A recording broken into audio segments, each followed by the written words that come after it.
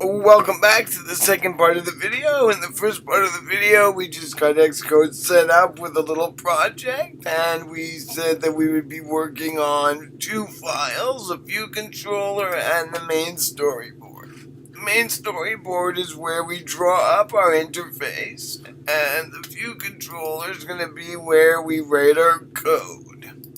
Now, in most apps, we have a bunch of screens that have to somehow be controlled. The way we do that in iOS is we use something called the navigation view controller.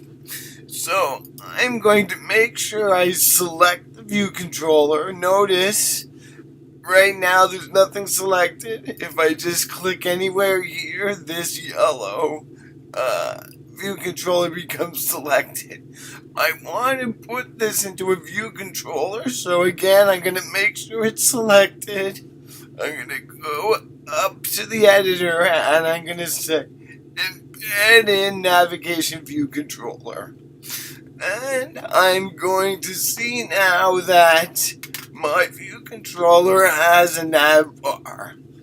This is now my navigation view controller, and it will immediately show this particular view controller.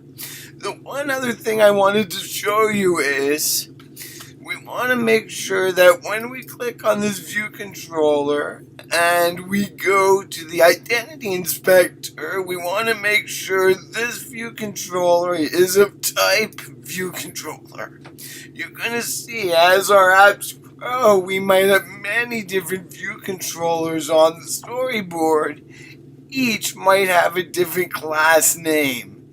So this class is named view controller. If this was empty, things wouldn't work out.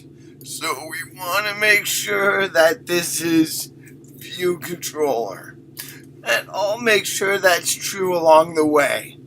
Now we have our view controller. You can move these around however you like to set them up. Now, for this little app, what we're going to do is we're going to have a table of to-dos. So what I'm going to do here is I'm going to go down here to the bottom, and you'll see we have different types of things to choose from. We want to choose from the object library. We want to put an object onto our storyboard. Remember, this over here is our layout so we can see what's going on. So right now we have our view controller that contains some guides and so forth. The first thing I'm going to do is go down here to the filter and type table. In our object library, we have a table view controller. That's a whole view controller on its own. We also have a table view, and we have a table view cell. I'm going to place a table view onto my view controller. I want this table view to fill the entire screen. So I'm going to put it up to the top left, and I'm going to pull it down to the bottom right. Now, that's not enough to keep it nailed or to keep it stuck there. All I've done is placed it right on top of the view controller. What we have to do is we have to add something called constraints. Constraints will sort of hold it in place. So the way we do that is I'm going to use the control key on the keyboard, and I'm going to drag from the table view to the view in the outline. Now, I want to make sure that my table view sticks to all four sides of my view controller. So I'm going to use, by holding down the shift key, I'm going to select the top four things: leaving space to contain a margin, trailing space vertical space and vertical space. By doing that, you'll see we now have some blue lines. These blue lines are called constraints. You'll also notice under the table view, we now have some constraints set. Okay, and one more place.